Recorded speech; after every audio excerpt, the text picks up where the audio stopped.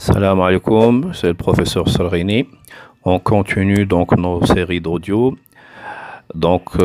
Aujourd'hui, c'est sur l'interculturel. Après avoir parlé sur la culture, la civilisation, les caractéristiques de la culture, de la civilisation, on passe à l'interculturel. Comme vous avez sur la diapo, la première citation, celle de Todorov. Qu'est-ce qu'elle dit? L'interculturel est constitutif du culturel. C'est vrai. Avant de parler de l'interculturel, qu'est-ce qu'on a fait? On a d'abord commencé par parler de ce qui est culturel. Donc, parler et essayer de définir l'interculturel, c'est d'abord parler de la culture. Deuxième diapo, c'est la définition de Claude Clanet. Qu'est-ce qu'il dit? Qui dit interculturel dit, en donnant tout son sens au préfixe inter, interrelation, interconnaissance, interaction, échange, réciprocité. Et donc le mot-clé de l'interculturel, c'est quoi? C'est l'échange. C'est quoi? C'est la connaissance. C'est l'interconnaissance. C'est l'interrelation. C'est une forme mutuelle d'échange, de réciprocité. Et en même temps, en donnant tout son sens au mot culture, à savoir reconnaissance. Donc nous avons deux mots-clés au niveau de l'interculturel. L'échange et c'est la reconnaissance. La reconnaissance de quoi?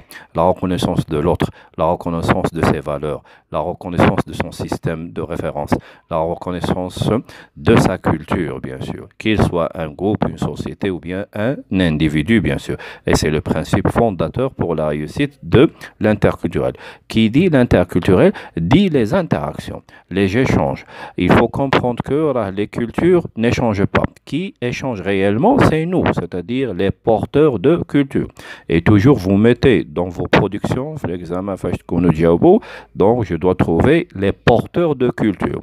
Les individus ou bien les personnes, mais les porteurs de culture, bien sûr, dans leur relation avec autrui, dans leur appréhension du monde, reconnaissance. Vous voyez, le mot-clé, il se répète. Reconnaissance des interactions et interrelations qui interviennent entre multiples registres d'une culture et entre les différentes cultures. Donc, pour résumer, l'interculturel, c'est quoi? C'est l'échange, c'est le partage, c'est l'interconnaissance, c'est l'interrelation qui existe entre les porteurs de culture. Pour Camilleri, il va nous dire ceci. On parlera d'interculturel lorsqu'apparaît la préoccupation de réguler. Soyez sensibles à ce mot-clé. Les mots-clés, je les ai soulignés dans une différente couleur. De réguler. Réguler, c'est gérer, c'est équilibrer les relations entre les porteurs de systèmes différents, au minimum pour réduire les effets fâcheux de la rencontre. Donc, lorsque nous avons la rencontre de deux porteurs de culture qui appartiennent à deux cultures différentes, le rôle de l'interculturel, c'est quoi? C'est un petit peu de gérer, d'équilibrer cette rencontre. C'est de réduire les effets fâcheux de la rencontre. N'oubliez pas, l'interculturel ne se fait jamais sans conflit. Lorsque je dis conflit, là, ce n'est pas la bagarre, ce n'est pas une dispute. Mais c'est quoi le conflit? C'est lorsque nous avons des valeurs différentes, lorsque nous avons des représentations du monde différentes. Mais c'est ça ce qu'on appelle un conflit. Donc, il y a toujours un conflit lorsqu'on est au sein de l'interculturel. Et donc, je reviens, on parlera de l'interculturel lorsqu'apparaît la préoccupation de réguler, de gérer quoi? La relation entre les porteurs de culture afin de réduire les effets fâcheux de la rencontre, au mieux les faire profiter de ses avantages supposés. C'est-à-dire que l'interculturel, il a des avantages. Quels sont les avantages de l'interculturel? Eh bien, il permet la connaissance, l'interrelation, c'est l'échange, c'est le passage des idées, des valeurs, ça permet à une culture de se développer, elle ne reste pas seule, donc elle a plus de chances de se développer, et les porteurs de culture profitent de l'interculturel au niveau des idées, au niveau des valeurs, au niveau, bien sûr, des productions, toutes sortes de productions, donc ça permet de profiter, bien sûr, de ces avantages, bien sûr. Nous avons la suite, celui-ci, l'interculturel, la diapo numéro 5, ne peut donc assurer la légitimation des différences. J'attire votre attention sur le concept des différences. L'interculturel, c'est dans le cadre des sociétés ouvertes, dans le cadre de la diversité. Et être différent, c'est un droit. Donc, c'est pourquoi l'interculturel, donc, qu'est-ce qu'il fait? D'abord, c'est le fait de maintenir les différences, c'est d'inculquer aux porteurs de culture le droit à la différence, la légitimation des différences. Et qu'est-ce qu'il dit? Qu'à l'intérieur d'un système d'attitude autorisant éventuellement leur dépassement. C'est-à-dire, il faut reconnaître la différence, il faut accepter la différence, mais il ne faut pas s'attarder, se limiter à ce stade, à cette étape de quoi? De reconnaître la différence. Mais qu'est-ce qu'il faut? Il faut dépasser la différence. Il faut les dépasser. C'est une condition. Et lorsque je dis il faut dépasser les différences, c'est pas uniquement en termes de pensée, mais en termes de pratique. Ça doit être du comportement. Ça doit se voir au niveau de notre comportement qu'on accepte la différence.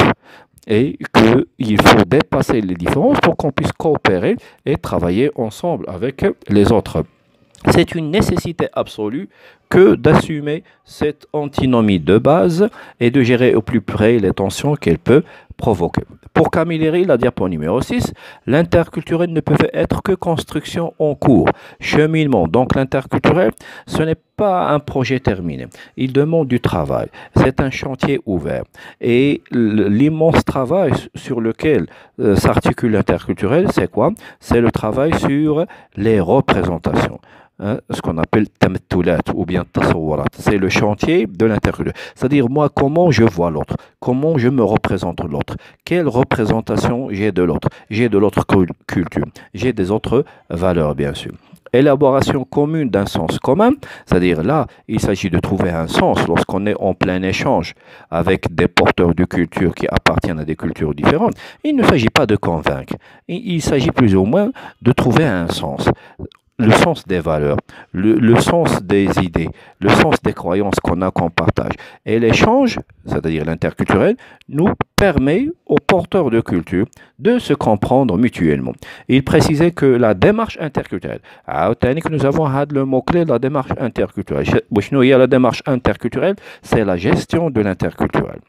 C'est le fait de réguler l'interculturel. C'est une approche qui consiste à se décentrer. Je répète, l'approche interculturelle, la gestion de l'interculturel. C'est une approche qui consiste à se décentrer, de s'éloigner du centre. Le centre, c'est notre acquis monoculturel. Tout ce que notre culture nous a donné comme acquis, les valeurs, les croyances, à un moment donné, il constitue pour nous une référence. Mais ça ne doit pas être l'unique référence. C'est pourquoi on doit faire appel à cette démarche interculturelle qui va nous permettre de quoi? De s'éloigner du centre, de ce qu'on appelle l'acquis monoculturel, c'est-à-dire qui vient d'une seule culture. Il faut apprendre à se décentrer. Ça nous permet d'acquérir ce qu'on appelle une souplesse. Ce n'est pas la souplesse du corps, mais une souplesse cognitive et mentale. La souplesse de l'esprit, c'est avoir un regard positif envers l'autre, ce qu'on appelle l'empathie. Ce qu'on a l'empathie, avoir un regard positif envers l'autre, accepter les différences, dépasser les différences, dire que ce que j'ai comme acquis monoculturel, ce n'est pas l'unique référence, mais il y a d'autres valeurs, d'autres repères qui appartiennent à d'autres cultures et il faut plus ou moins les accepter, bien sûr, sans pour autant tomber dans le piège des jugements de valeur. De son point de vue, donc, l'interculturel, il a une dimension humaniste. Vous avez étudié l'humanisme, S1, l'histoire des idées, etc. Donc, vous savez c'est quoi l'humanisme? C'est tout ce qui met l'homme au centre de tout intérêt. Donc on est dans ce sens de l'humanisme. L'interculturel, lui aussi, dans ce cas-là, il représente une forme d'humanisme. C'est la diapo numéro 7.